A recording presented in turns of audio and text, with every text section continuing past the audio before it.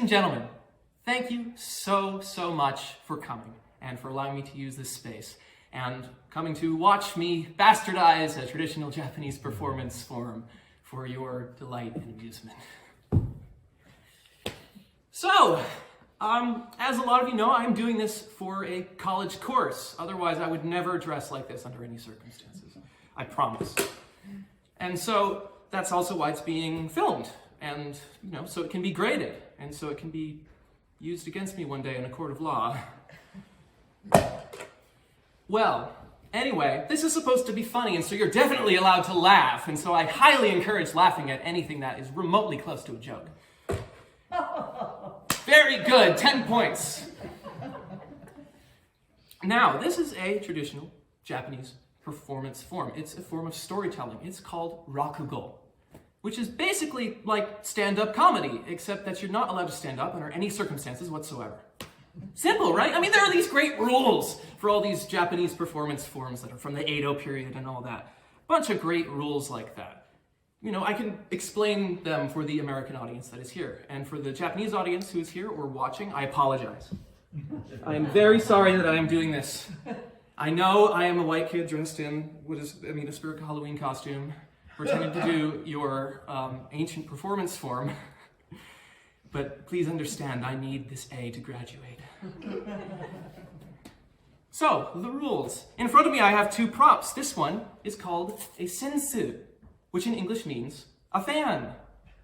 Very simply, you're all with me? Staying with me? Very good. This one is called a tenugui, which in English means a washcloth. Off to a great start. You all seem to be following me. I can tell by your vacant stares. The clothes I'm wearing in particular, they are called a kimono, which in English is called a kimono. And the way I'm sitting is also particular. It is called seiza, which in English means painful. Absolutely, torture, that's correct. So I have to tell a story whilst sitting in seiza and wearing my kimono and using my sensu and my tenugui as props, doing all the voices myself and ending in one big funny punchline. And you all have to laugh. That's rule number 1 for you, is to laugh. And rule number 2 is to otherwise remain quiet and keep the comments to yourself. So we can demonstrate this with a very short traditional rakugo joke. A guy is about to walk into a bar when he sees an old man outside holding a stick in his hand over a puddle of mud. "Excuse me, sir. What are you doing there?" "Oh, hello. I'm fishing." "You're fishing, eh? Oh boy, this guy's gone senile. All right, buddy, you're fishing. Why don't we go inside and have a couple of drinks, all right?" "Oh, yeah, but I have no money." "It's all right, I'll pay, and I'll even get you something to eat, all right? Come on.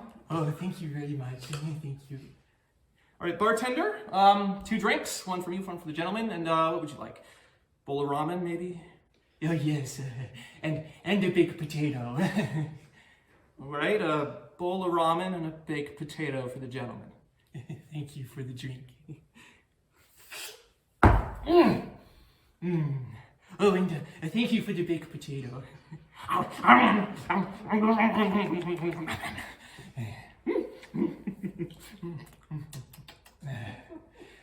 "Oh, and thank you for the bowl of ramen."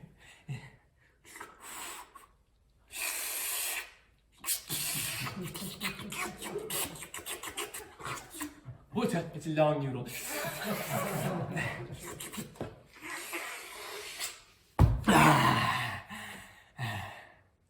So, you were fishing out there, were you?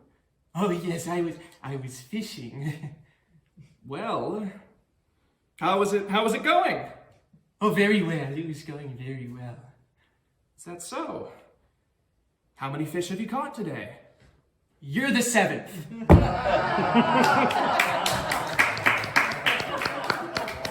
The punchline, which thank God you all laughed at. I got my participation grade. We're there. We're all on the great track. You all got the gist of it, and you followed the rules very well. I think it's time you're ready for a real rakugo, a nice long one. All right? So this is a story about a zoo. And it was written a long time ago, back in the Tokugawa era, where zoos were quite a lot different. They were a bit more like what we would call menageries, which are like zoos on cocaine.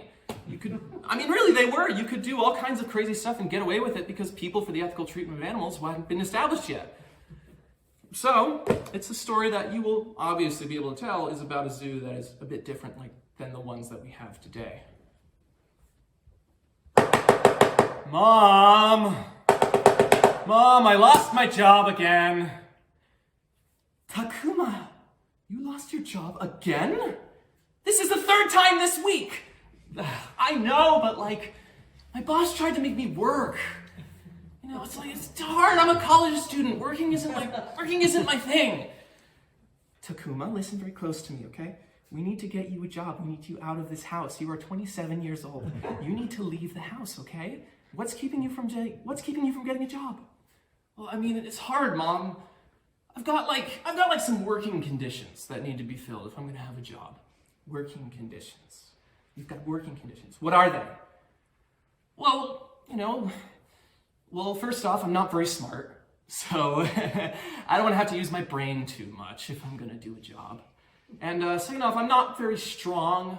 I don't want to have to do any heavy lifting or, any work at my job. I don't want to have to work at all. And third, I'm pretty shy. I'm shy. You've raised me. I'm shy. And I don't want to have to talk to anyone ever at my job. And fourth is that, you know how late I like to stay up drinking and playing video games. So I would like to start work no later than 10 in the morning, all right? Not so early in the morning. Those are your conditions. Those are your working conditions. Oh, and I want to be paid 10,000 yen a day. 10,000 yen a day! All right, Takuma. Well, it just so happens that your dear mother knows the perfect job for you. You do? You do? It fits all 5 of my criteria? That's right, it does. I'm going to write the directions down to this job for you, okay? And you're going to go there and you're going to find a man named Steve. He's a Westerner. And you're going to talk to him and he will give you your job. Tell him I sent you, okay?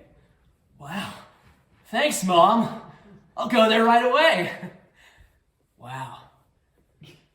A job that fits all 5 of my entirely reasonable working conditions. Turn left, okay. I wonder what kind of job it is. Probably one of those jobs where you relax and lie around all day. Now it says, follow the sounds. Follow the sounds? I don't hear any sounds. Wait a minute, what's that?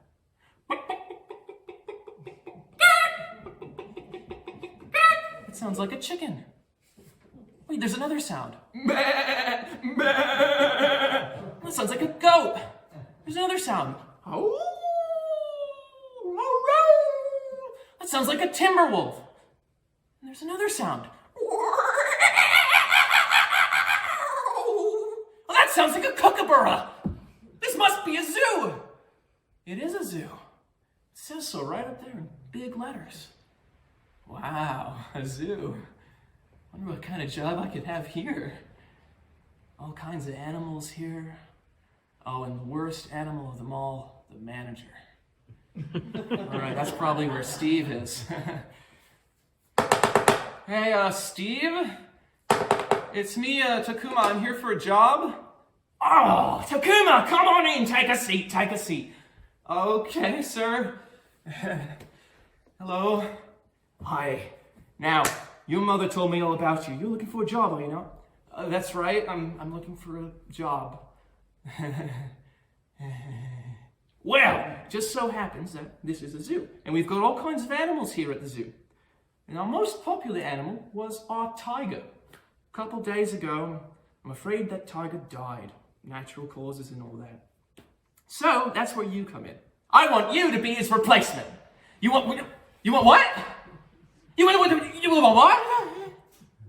I can't be a tiger, I'm a human being. We can fix that. Look, we've skinned the tiger already, and you can just wear the skin and pretend like you're a tiger. That's insane! Ooh, let me back up. First of all, I got 5 very important working conditions. All right, name them. How bad could they possibly be? Well, Number one is that I'm not very smart, and I don't want to have to use my brain too much. Well, that's fine. Tigers aren't very smart. They're just animals. They don't have to do any hard thinking. Okay. Rule number two is that I'm not very strong, and I don't want to have to do any heavy lifting. Well, that's fine. You're a tiger. Tigers sleep for 12 hours a day. You can just lie around. Okay. Well, condition number three is that I'm very shy, and I don't like talking to people. Well, tigers don't talk, silly. You'll be great at this. Well, I also like to stay up late, and I can't work any later than 10 in the morning. Well, that's fine. The zoo opens at 10. And, how much does it pay? 10,000 yen a day. You're sold! I'll do the job. All right, that's great. Here, try on the tiger suit. All right. Well, it's pretty heavy. All right, one leg in, other leg in. Up we go. One arm, other arm, and the head. Oh, don't forget the zipper. How do I look? You look like a man dressed up like a tiger. Well, go on, get on the floor. Get on the floor. Okay. What am I going to do on the floor? Well, walk around a little. All right, I'll walk around. No, not like that. You're walking like a human. Walk on 4 feet.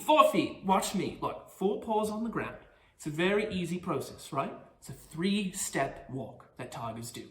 1, 2, 3. 1, 2, 3. 1, 2, 3. You got it? Okay.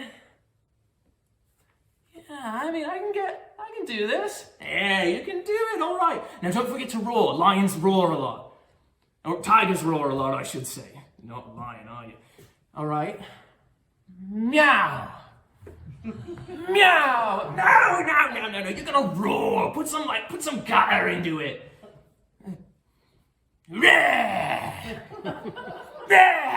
That's good. That sounds like a tiger. All right, now the zoo's about to open. Let's get you into your tiger cage, all right? Come along, little tiger.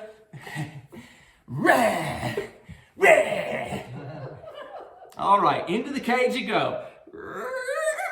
All right, in you go.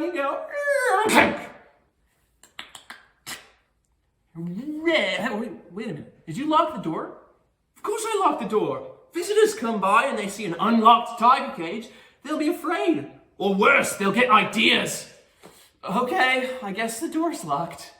And, I'll call you if I need anything. No, don't call me if you need anything. Tigers don't talk, remember? All right, hey, one more thing. Can I smoke in here? No, you can't smoke. You're a tiger. Just, lie around most of the day. Get a hang of the job. And then we'll check back on you later, all right? All right.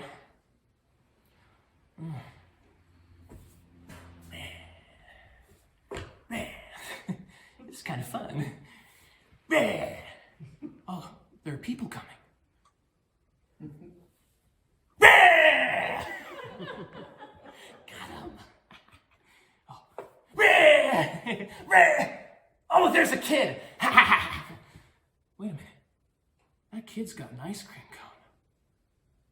I could do with an ice cream cone.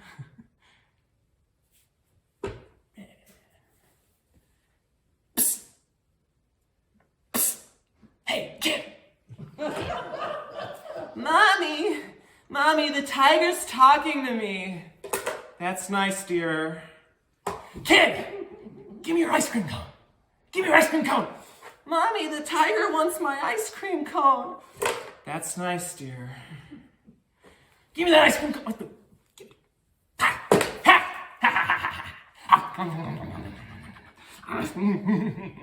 Take that. Mommy, the tiger ate my ice cream cone. That's nice, dear. Let's go look at the lions now. Ha! Stupid kid. It's pretty nice being a tiger.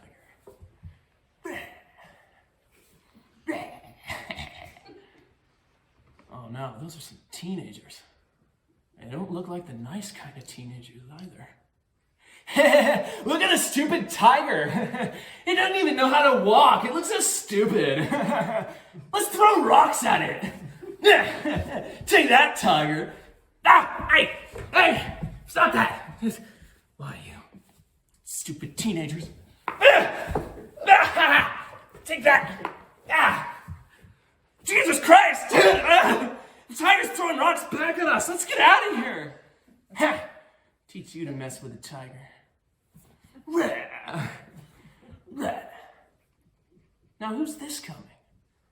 Oh, it's a woman in a uniform. She looks like she's got a microphone. What's she saying? Ladies and gentlemen, please gather around for the start of our ecological presentation. Ecological presentation? I wonder what that means. As you can see to my left is the cage of the Tasmanian tiger, and the cage to the right has the African lion. And as you can see, in between the two cages is a gate which can be opened and closed by pulling this lever. I guess you're right. The lion cage is just right over there, isn't it? Now, as part of our ecological awareness initiative at the zoo, we like to show visitors what would happen if two animals like this would find each other in the wild. Wouldn't you like to see what happens if the African lion found the Tasmanian tiger in the wild? No, I would not like to know what happens if the African lion found the Tasmanian tiger in the wild, because I'm the Tasmanian tiger! Now, everyone watch closely as the demonstration begins, and be sure to place bets on which animal will win the oncoming fight to the death. Fight to the death! Fight to the death! And the gate opens. Oh, no. The lion's coming in. Oh no, the lion's coming in. I gotta get out of here.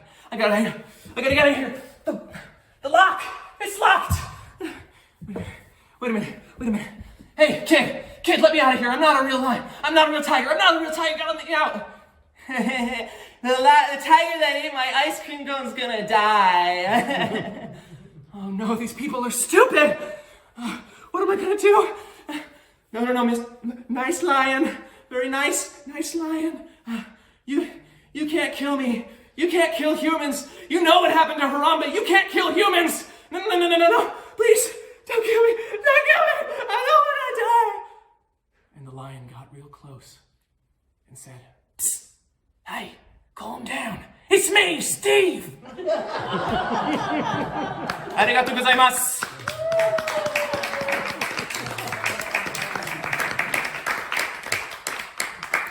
Thank you. That concludes the show because, believe it or not, that took maybe 2.5 months of work. And 2 broken knees. Brilliant. That's right. The knees hurt. They hurt now. So I'm entirely happy to do a Q&A about everything that I have studied about rakugo and its many years and many traditions. Yes. So how did you research about this? Where is the information? I read a couple of books. One of them was by an ethnographer who was, like me, a white person who went and tried a rakugo apprenticeship in Japan for a long time and learned about the rakugo apprenticeship process. A couple other research papers I watched, and to learn this performance in particular, I watched, I think, at least 10 different rakugo-ka perform the zoo in its entirety. And I drew from my favorite bits from each one of them and added in a couple jokes that I knew would be timely and would be funny now. And that's kind of how they used to do it back in the Edo period. And nowadays, like the ethnographer would tell you, it's a lot harder to get into rakugo than it used to be because it has been effectively, it's been codified and turned into a high art form. When back in Edo, it was the trashiest of trash performances you could get. Anyone could go and do it, anyone could go and see it. It was a very neighborhoodly kind of performance, like the one we're having today. And so I tried to emulate the past rakugo because I don't know any rakugo-ka in the United States at all who could take me on for apprentice. And that would be a lot more work than I needed to do for this assignment. I was reading, the Wikipedia, and I was trying to follow all the links. There was a guy called Crowley that sounds like he's in America now. There are Americans that do rakugo. A couple of the performances I saw were, American performers. So how do I get to those sites? Because everything, would lead to a Japanese, website, or, it wasn't working anymore, like Crowley. Right. So where do you get rakugo examples? Well, I got all of the ones that I got from YouTube. So if you just search English rakugo, you'll see all kinds of performers, and you can look up their, what I did is I looked up who they were and who they were affiliated with and how long they've been doing rakugo, and I, compared all that kind of stuff to see how authentic of a performer they were, because authenticity is in a lot of ways important in rakugo. So obviously this is a heavy bastardization of it, because this is as inauthentic as it could possibly be. Well, what's interesting was that it originated with a Buddhist monk. That's right. And that's, it's like, and it was self-deprecating, and I was going like, what abnegation? Yeah, well, the earliest that rakugo can really be traced back to was the 700s, when the Buddhists were coming to Japan and spreading Buddhism for the first time. And the Buddhists quickly learned that compared to Shintoism, Buddhism is incredibly boring, and no one wants to sit through a sermon. And so they had to make some interesting kind of storytelling methods in order to tell the sermons. And that's where the basis of rakugo came from. And so, as you'll see today, a lot of the institutions that continue rakugo use a lot of Buddhist practices, where it's not always just about rehearsing and performing. It's also doing things like chores around the house and serving the person who you are apprenticing under. And so it's a much more convoluted process than I make it out to be, because all I did was, like I say, the old way, where you would go and you would find a tenugui at a store, you'd go and find sensu at a store, and then you'd put on your raggiest kimono and you'd go to the tea house on rakugo night and give it a go. What struck your interest in doing this kind of thing? Well, I learned Japanese at school. I'm in an Asian studies program, and one of my favorite Japanese TV shows is Gaki no Tsukai, which is a kind of like, I don't want to say Jackass, but it is kind of like the Jackass of Japan. They're stand-up comedians, and they are very funny, and they do a lot of self-deprecating slapstick humor. And one of them, Yamazaki Hosei, is one of the 5 recurring characters on this show. And I found out through, following him and his comedy journey that he performs a lot of rakugo, and I went and I watched some of his rakugo. And when I first saw it, I was like, oh my God, this is the performance method for me. I just have to sit here and do a bunch of voices. And, I love voice acting, I love regular acting, and I love making simple things into more complex and interesting things. That's one of my favorite things that I like to do in theater, is a minimalist approach. And this is the core of minimalism in storytelling. Well, that uses props in the first place. You could, of course, use only your voice and do everything else. And they used to do that. It wasn't always the case that they would use the tenugui and the fan. But as it is right now, this is how the rakugo performance style was codified, and this is how we do it. And I saw Yamazaki doing it the first time and loved it. And then I went and I watched more, and saw a lot of people do it in English. And I said, this is one of the only traditional Japanese performance forms that I could feasibly do. Because kabuki looks fun, but God, it's tough. Very cool. All right. Well, for what it's worth, I was really sucked in. I was so relieved that it was, like Steve. I was really worried for it. That's funny. I'm glad it worked. I'm glad the punchline came out in the end. And the minimal props, and the knocking on the door and things like that. You use them so beautifully. That's the goal. That's what we're really trying to do with rakugo is take what we have and then turn it into something else and really transform it. And your animal noises are... I added that in because I had to play to my strengths, and I was like, I can do animal noises, so they're going in. It's a zoo. They'd be there. Yeah. Do you harass the chickens at home with your chicken noises? Absolutely. I used to work at a zoo, and I harassed the animals at the zoo. Yeah. You also channeled those teenagers really well. Yes, And the spoiled kid. Well, thank you very much. Mother. Well, that one was easy. That one I really did have a great role model to draw from. The short part is something we could adapt. Okay, yeah, that's enough of that. So if we have time on our camera, maybe we can. Does the battery on the right one looks like it's about to die? This one is continuing to go, no problem. I've had to restart this one once. All right, yeah. So that one will be fine. So as long as we have all of that, we can edit this last part out. So I can give you one joke for the road. How about that? Okay. All right. So, once upon a time, there was a big car accident, and a whole family was inside. And there were no survivors, except for one, their pet monkey. And so the policeman had to make a police report, and seeing as the monkey was there, he decided to humor him and give him an interview. So, monkey, where were you at the time of the accident?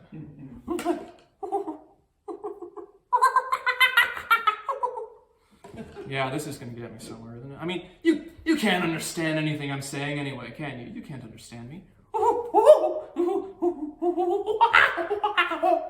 Wait a minute. You do understand me? Well, all right, well, maybe I can do this report. Hey, all right, so there were children in the car. What were the children doing at the time of the accident?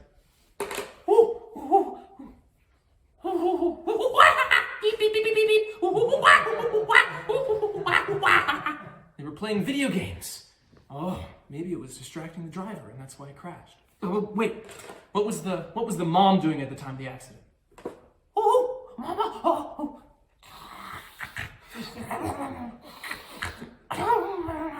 She was asleep. Could have been falling asleep while driving, huh? What was the father doing at the time of the accident? Father?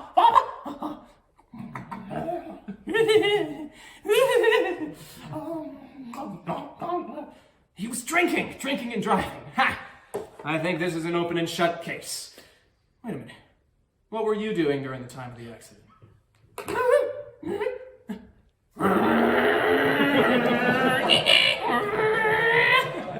Thank you very much.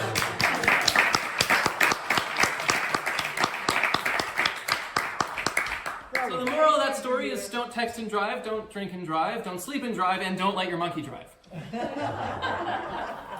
Thank you all very much for coming. Save the body.